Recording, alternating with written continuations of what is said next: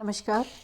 पिछले अध्याय में हमने एरिड रीजन ऑफ राजस्थान पढ़ा था। आज हम पढ़ रहे हैं semi arid region of Rajasthan, जिसको कहते हैं अर्ध शुष्क मैदान। यह प्रदेश अरावली पर्वतमाला के पश्चिम एवं रेतीले शुष्क मैदान के मध्य स्थित है। इसका विस्तार 75,000 वर्ग किलोमीटर में लगभग है। इसके प्राकृतिक भाग को मारवाड़ भी कहते हैं। भौतिक स्वरूप या स्थलाकृतिक दृष्टि से भी इस प्रदेश में उत्तर से दक्षिण की ओर काफ़ी विषमताएं दृष्टिगत होती हैं।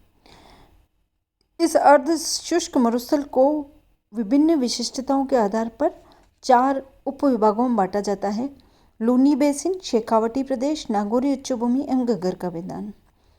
सर्वप्रथम हम बात करते हैं लूनी बेसिन की। यह प्रदेश संपूर्ण पश्चिमी राजस्थान की प्रमुख नदी लूनी और उसकी सहायक नदियों का प्रवाह क्षेत्र है।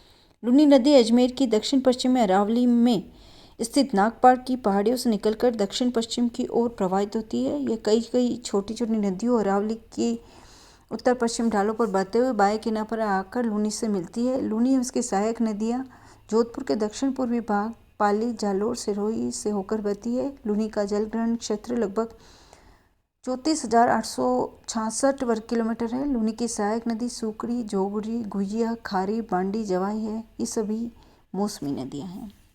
अब हम बात करते हैं दूसरे उपविभाग आंतरिक जल प्रवाह क्षेत्र की।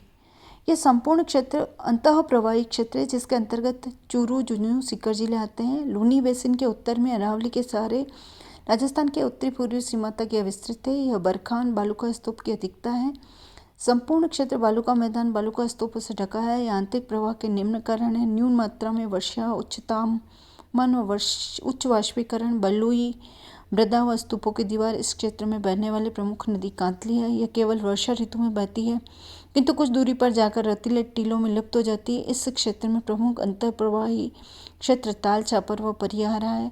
बालुका स्तूप के मध्य वर्षा जल एकत्र हो जाता है, जिसे सर या सरोवर कहते हैं। नेक्स्ट थर्ड उपविभाग है नागौरी उच्चभूमि।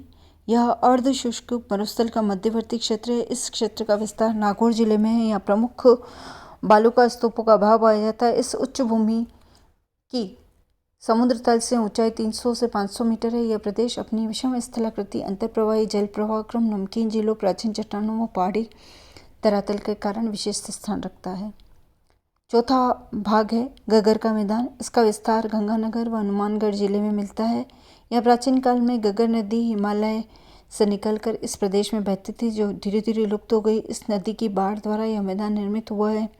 कालांतर में जलवायु परिवर्तन से शुष्कता बढ़ती गई और यहाँ की जलोढ़ सामग्री अनेक स्थानों पर वायु द्वारा लाई गई रेत से पूर्णतः ढक गई।